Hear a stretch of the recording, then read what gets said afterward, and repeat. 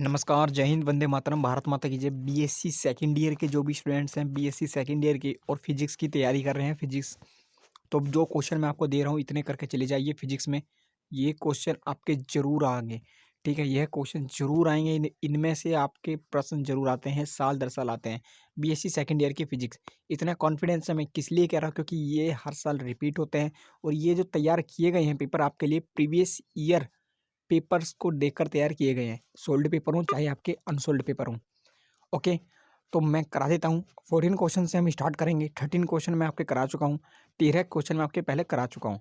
किस तरीके से आपको याद करना है ट्रिक से, और उनकी प्लेलिस्ट आपको मिल जाएगी। बीएससी सेकंड ईयर फिजिक्स करके प्लेलिस्ट है, आप सभी को मिल जाएगी, ओके।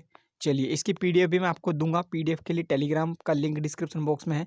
ग्रेटिंग की विभेदन क्षमता की व्याख्या कीजिए, इतना करके जाइए, फेल नहीं होंगे, आप पास हो जाएंगे। ग्रेटिंग की विभेदन क्षमता की व्याख्या कीजिए। ग्रेटिंग की विभेदन क्षमता ग्रेटिंग पर अंकित रेखाओं की कुल संख्या तथा स्पेक्ट्रम के क्रम के गुणनफल के बराबर होती है। चलिए, इंग्लिश वाले कुछ स्टूडेंट्स थे जो इंग्लिश में क्वेश्चंस की डिमांड कर रहे थे, तो उनके लिए एक मैराथन क्लास लेकर आएंगे। शायद 1 घंटे की हो, 1-2 घंटे की हो, ठीक है, ज़्यादा की भी हो सकती है। तो उसमें जो है इंग्लिश में कंप्लीट किया करा दिए जाएंगे आपके 50 क्वेश्चन। और ये 50 क्वेश्चन मैं आपको कराऊंगा। 14 क्वेश्चन है, 50 क्वेश्चन आप करके चले जाइए एग्जाम में।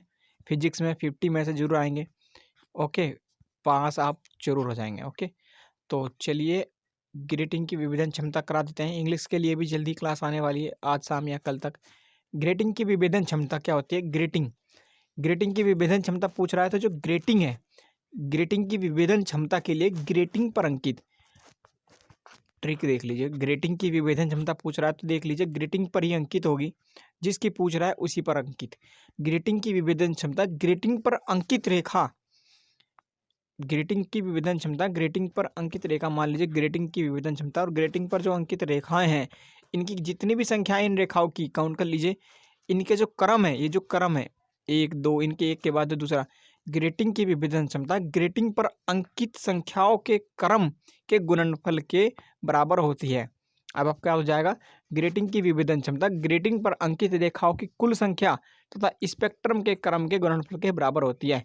ग्रेटिंग की विभेदन क्षमता ग्रेटिंग पर अंकित कुल संख्या व स्पेक्ट्रम के क्रम के गुणनफल के बराबर होती है। आगे देख लीजिए, बाइप्रिज्म प्रयोग में पारदर्शी पदार्थ की पतली प्लेट की मोटाई का सूत्र लिखिए। ओनली आपको फॉर्मूला लिखना है, तो यह फॉर्मूला आपको याद होना चाहिए। T = x0 2d, स्मॉल में d है, ध्यान रखना। x0 2d अपॉन में कैपिटल D μ-1, ओके। अब ये क्या है? अब 3 बार बोलिए। T = x0 small 2d capital D bracket में μ-1। अब आपको अलग अलग मैं डिफाइन कर देता हूँ। x0 यहाँ पर क्या है? x0 यहाँ पर फ्रिंज प्रतिरूप में उत्पन्न विस्थापन है। क्या है यहाँ पर? फ्रिंज में उत्पन्न विस्थापन। स्मॉल d क्या है? कला संबंध प्रकाश स्रोतों के बीच की दूरी है, पिछले क्वेश्चन में मैंने बताया है।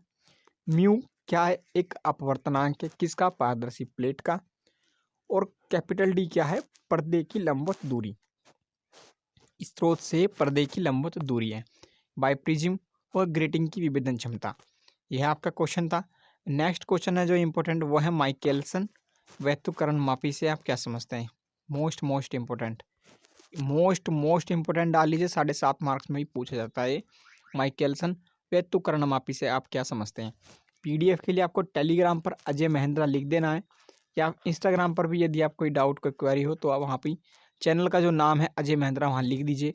फेसबुक इंस्टाग्राम पर आपको सभी जगह ऑफिशियल सोशल मीडिया साइट मिल जाएगी। माइकलसन व्यस्तुकरण मापी से आप क्या समझते हैं? चित्र भी आपका ये कह रहा है, तो चित्र एक बार देख लीजिए। माइकलसन व्यस्तुकरण मापी, ये एस जो है प्रकाश का एक स्रोत है, एल ये लेंस लगा है, ठीक है। अब किस प्रकार से समझ लेते हैं, थोड़ा सा मैं इसको स्मॉल करूँगा, थोड़ा सा कोशिश करना समझने की। यह एक प्रकाशीय यंत्र है। पहले तो क्या माइकलसन व्यस्तुकरण मापी क्या है, पहले पॉइंट में लिख दीजिएगा। यह एक प्रकाशीय यंत्र है।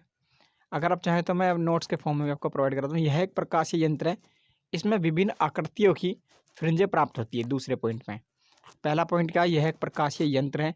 दूसरा पॉइंट क्या है, इसमें विभिन्न आकृतियों की फ्रिंजें प्राप्त की जा सकती हैं या होती हैं। तीसरा क्या है, इसमें एक प्रकाश किरण को आंशिक परावर्तन, आंशिक बहुत कम आंशिक परावर्तन में आंशिक पारगमन द्वारा दो भागों में विभाजित किया जाता है।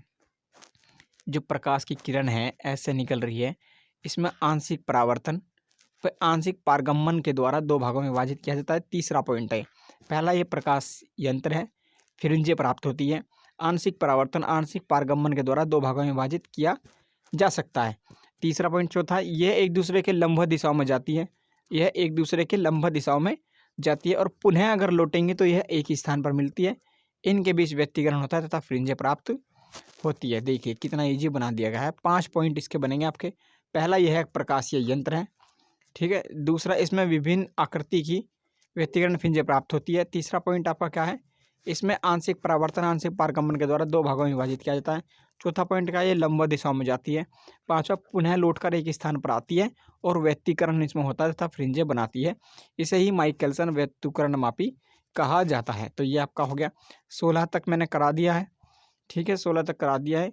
लगभग ये 6 नंबर की वीडियो है। प्ले लिस्ट जाकर आप देख लीजिएगा, BSc सेकेंड ईयर, या फिर आप PDF के लिए टेलीग्राम देख सकते हैं। कोई क्वेरी हो तो कमेंट कीजिए। ओके, जय हिंद।